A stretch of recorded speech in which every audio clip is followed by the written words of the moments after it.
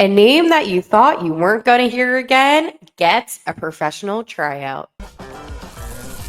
Hey, this is Brandon Chen. Subscribe to Locked On Blues. You're Locked On Blues, your daily podcast on the St. Louis Blues. Part of the Locked On Podcast Network, your team every day. And welcome back to Locked On Blues. I am your host of Locked On Blues, Haley Taylor Simon, talking to you all things about our St. Louis Blues here in the Locked On Podcast Network, your team every day. Today on Locked On Blues, a name that you thought you weren't going to hear again in the NHL. Milan Lucic does get a professional tryout with the Blues. We need to talk about the Blues' culture. And do we trust Doug Armstrong? There is a lot that we need to get to on today's episode of Locked On Blues. But I do want to let you know that today's episode of Locked On Blues is brought to you by Monarch Money.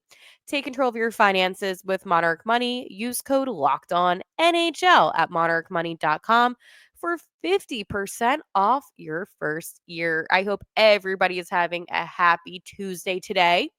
I know I am. I went to Monday Night Raw last night, so I am feeling pretty good about the week ahead.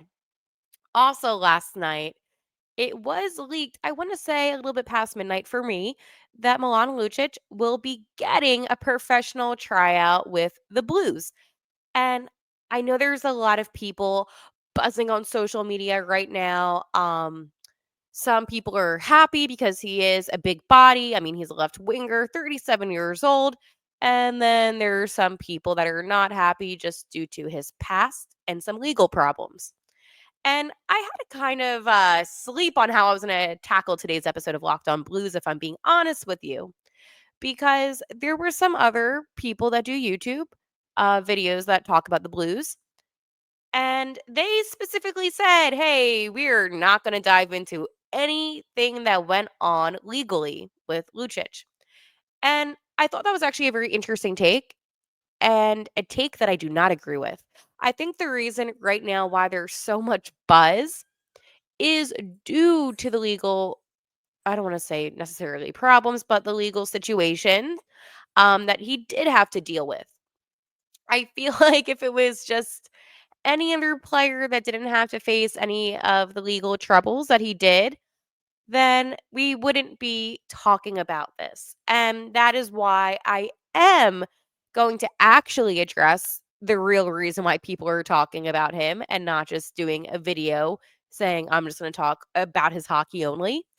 But I'm going to do the right thing, which is addressing why there might be some people upset, some people that might say, hey, you know what? Past is the past. I'm going to be talking about it from all angles because that's the transparency that you Blues fans deserve on this topic. So let's talk about exactly what happened and why there's so many people that are upset right now about it. So it was November 18th, and there was a domestic um, situation between Lucic and his wife. And essentially, what happened was, I believe it was that he like pulled her hair because he thought that she hit his phone. There was a 911 call, and essentially, to sum everything up, the charges were dropped just due to the fact that I believe that the Commonwealth couldn't necessarily charge him because there was no way to really prove it. And because of them being married, it just was not able to be proven. So charges were dropped, I want to say, in the beginning of 2024. So that is that. So no, he is not legal by I mean he legally didn't get in trouble by the state or anything like that. And I find it quite interesting that there are some people that don't want to talk about it. I mean, I can understand that it would be a completely different situation if he was charged. And you then would have to kind of say, hey, there's a reason why he's not playing. But the charges were dropped. And I'm not in any single way condoning anything that happened. I think any type of domestic violence, it doesn't matter if it's man to woman to man, whoever it is, it's not condonable. However, there was I don't want to I feel bad by saying there was a conclusion, but there was an end of the legal battle, which was that it was dropped. The charges were dropped. That's what it was. So I don't get why there's people that are not willing to come on and to talk about that because in my opinion, it just creates more drama to kind of to not say anything. So that is what happened. So naturally, because two things can be true, I'm sure there is truth to what happened, 100%. Listen, as I stated, not not a good situation. This was kind of like the whole junior Canada team, Hockey Canada, where it's not good either way, right? Behavior that's unacceptable, not good. And again, I am just making a statement by saying nothing good happened that night. I think we can all agree on that. However, legally, he is not guilty. And I understand he played like 4 games the season of 23-24 of the Bruins, which was actually coached by Coach Montgomery. And other than that, I mean, that's the basic story. So you're going to have people that are going to say, hey, this guy, he should never play in the NHL again.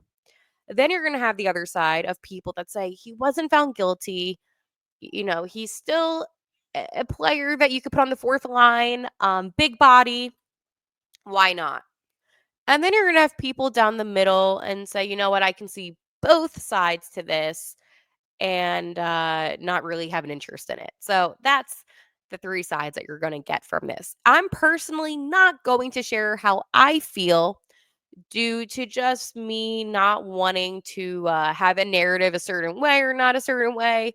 I am just here talking, having a candid conversation with you about maybe why you're seeing so many different types of social media posts or reactions from people about this. Because I'm sure there's some people that don't really follow along with what happens with other teams in the NHL. And I know that I do because it's part of my job with the multiple teams that I cover. But I'm sure there's people that are just purely focused on the Blues and they're like, whoa, what is happening here? Why are people so upset about him getting a professional tryout? And I also find it funny too, because some of the same, well, it was one video really. And I'm not trying to come at this person by any means, but I feel like this is the time where you do see people, different players getting offered the professional tryouts, PTO. And this is actually the time that it happens. So I don't see it being calculated, nothing like that. Like, this is actually a very common time for players to be invited for a professional tryout. So, again, interesting takes that maybe I wouldn't necessarily agree with in terms of how I would film my video, but that is why I'm being transparent. So, again, as I mentioned, I could see Lucic being on the fourth line. I think that he would actually be um, kind of like this big body size that you would want to kind of replace a player like Foxa with. I think that, again, you have to think about the age, 37 years old. And again, I'm not trying to say 37-year-olds are old in general, but for the NHL, yeah, it's up there 100%. But at the end of the day, if you sign him to a 1-year contract, it's not the end of the world. His value in money, I doubt, will be anything that significant. Maybe you could get him for under 2 million. I'm not sure what the value is actually when it comes to a player not playing due to legal reasons. Again, I know that sounds bad. I'm just being honest with you. I don't know what his value would necessarily be. Maybe 1 point something. I'm not sure. I couldn't tell you. But what I can tell you is that hockey is one of those games where you do need to be bigger in size to be successful. And he has that. I mean, he has that experience. I mean, there's a lot of positive with how he plays the game of hockey. So I can understand why the Blues would extend him an invitation for a professional tryout. I honestly can see why, because the Blues need to get bigger in size, okay?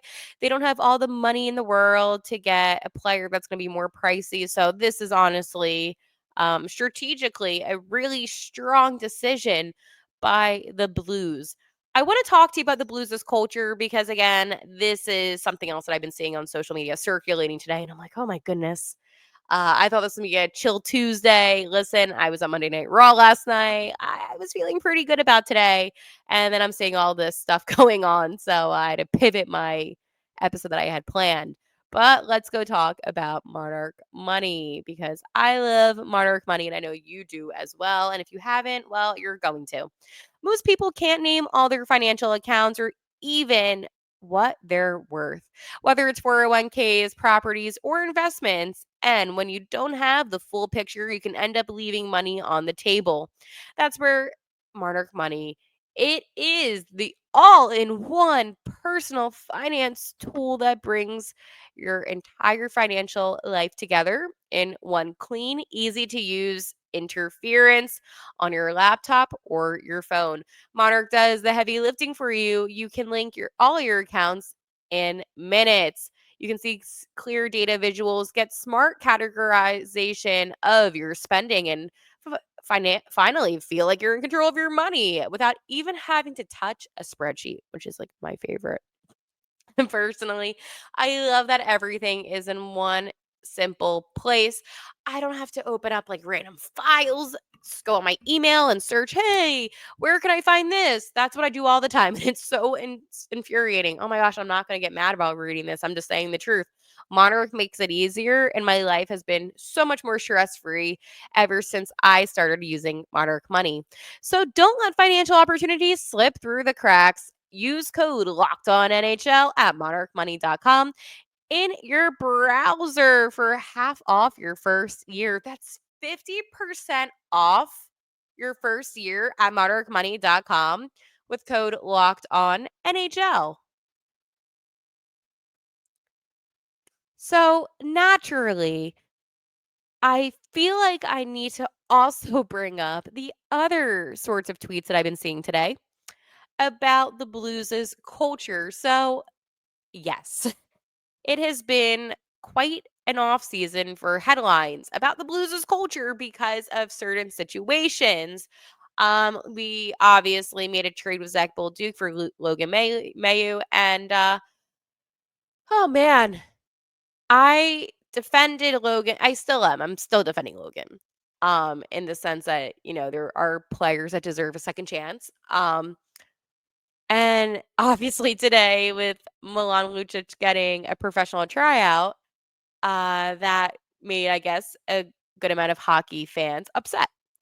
And I just want to say this. The Blues do not have a culture problem. They don't. The Blues actually have a really good culture. I think at the end of the day, um, you don't always, and you don't, you know what? You don't always, you just don't simply need to agree with what players have done outside of the rink. You don't. Okay. At the same time, when you look at especially Logan, he was a teenager. He was still a kid. And yes, I know that you can still make horrible decisions at that age. I'm aware of that.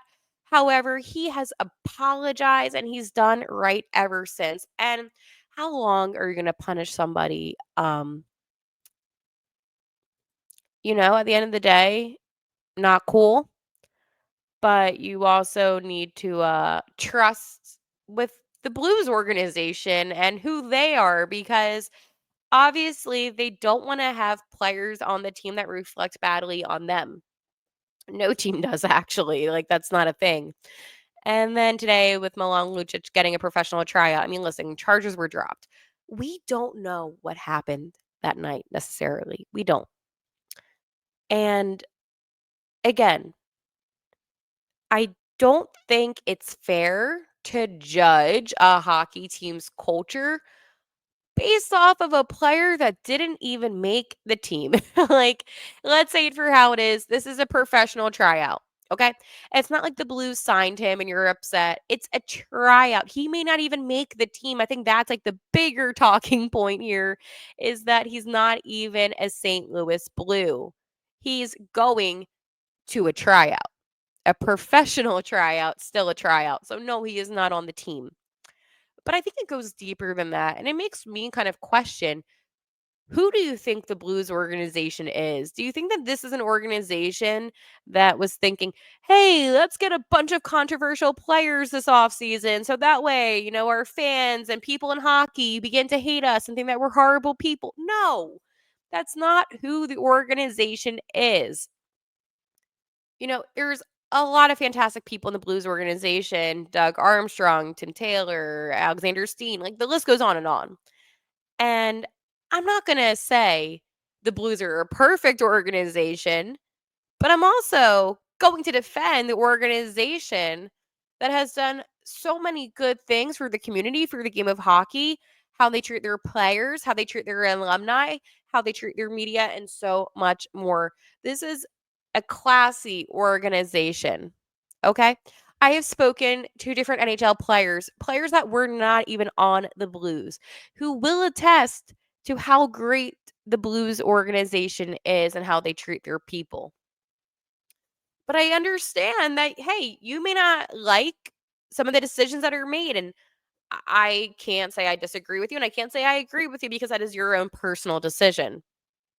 But when it comes to the culture, I don't think it's fair for you to attack the culture. I mean, let's also say it for how it is.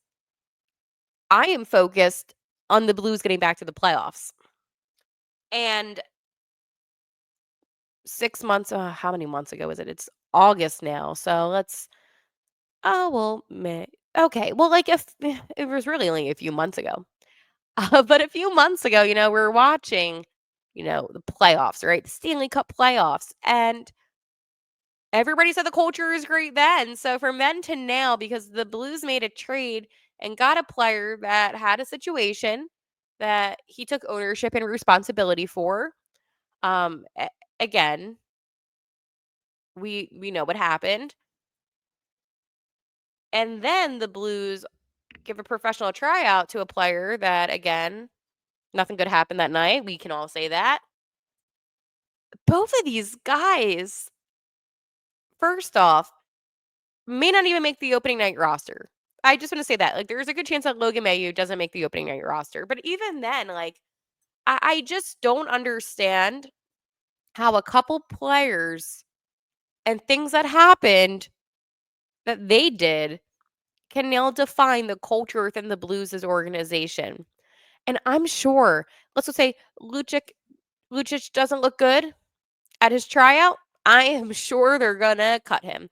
And here's the thing: what if he does look good? Right? I don't know him personally. I don't know him off the ice, but what I've seen on the ice is a pretty good player, okay? And I know it was only 4 games with Coach Montgomery, and so I can't say, "Oh, well, they have a lot of chemistry." I don't know that necessarily. But again, at the end of the day, I don't see the Blues having a cultural issue. And it kind of annoys me, if we're being completely honest, that there are people that are just really putting a lot of false narratives out there about the Blues. This is a classy organization and a good organization, a team that you would want to play for. And again, I think that we live in a world where we want to not only hold people accountable, but we also at the same time don't know how to just say, hey, listen, sometimes it is what it is. And again, we don't have to always have the same opinion. But I think at the same time, too, is my number one worry right now is about getting back to the playoffs, right? It's about how can we build the best possible team. And I would love more than anything for, Doug to meet with the media and say, hey, this is why I did this, but I can't speculate. I mean, I can give my reasons as to why I think so, but I can't say, oh, well, Doug's doing this because this, that, and that. I need you all to understand that maybe we don't always have the answers, right? But you can still feel how you want to feel. And I'm not going to crucify you for that. And I'm not going to say your opinion's wrong. Opinions, first off, can't be wrong. I just wanted to come on here and basically say that I don't believe that there is a cultural problem. And if anything happens where the Blues do feel like there is going to be a culture problem, I am sure that they're going to address it and make sure that if there is a problem, there's not a problem heading into the season. Before I talk about if we're going to trust Doug Armstrong, I do want to let you know to subscribe to Locked On Blues here on YouTube. If you're not doing so already, make sure to hit that subscribe button. Make sure to like the video also on X, or what I still call it, Twitter, at Locked On Blues, or my personal Twitter at Haley T. Simon. I love talking to you all, and we have a lot of fun talking hockey every single day right here on the Locked On Podcast Network. So, again, make sure to hit that subscribe button and leave a comment down below what you're looking forward to the most this upcoming season. Finally, do you trust Doug Armstrong? Now, it's funny.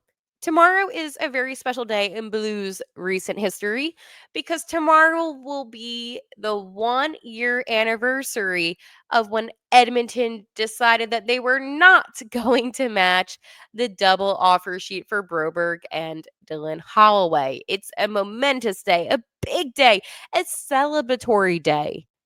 And personally, I look at the Blues before that offer sheet versus how they are now, and they're just such a better team. I think it's impossible to say that you don't trust Doug Armstrong. I think out of any GM in hockey, he is one of the most trustable general managers. I know that sounds crazy, but it's the reality that we live in. Doug has done right by this organization, and his end goal was to always make sure that the Blues won the Stanley Cup, which they did under him. So, again, shout out Dougie A.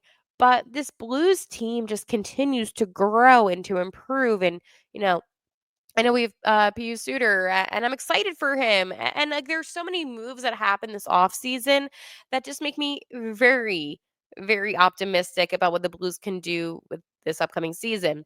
What I will say too at the same time is that we know that Steiner is going to take over very soon, very shortly. So this is kind of like Doug Armstrong's last hurrah. And why not try to win another cup? Like, and I know that sounds silly, but why not? I mean, you have some players that are getting up there in age, in terms of a Jordan Binnington. I mean, not like up there in age, but like he's in his young 30s. So you kind of want to make sure you maximize as much as Binnington as you can. But you also are seeing prime Robert Thomas, Jordan Kyrou. So you want to be able to utilize those players, Dylan Holloway, Philip Broberg. I mean, the list goes on and on with different players on the Blues. And again, you might be seeing the last couple seasons of Braden Shen approaching. Like, I'm just saying that there are players on the Blues who we're probably not going to see in a few years down the line that are hungry for either their first Stanley Cup or maybe their second Stanley Cup. Either way, this is a team that's very hungry.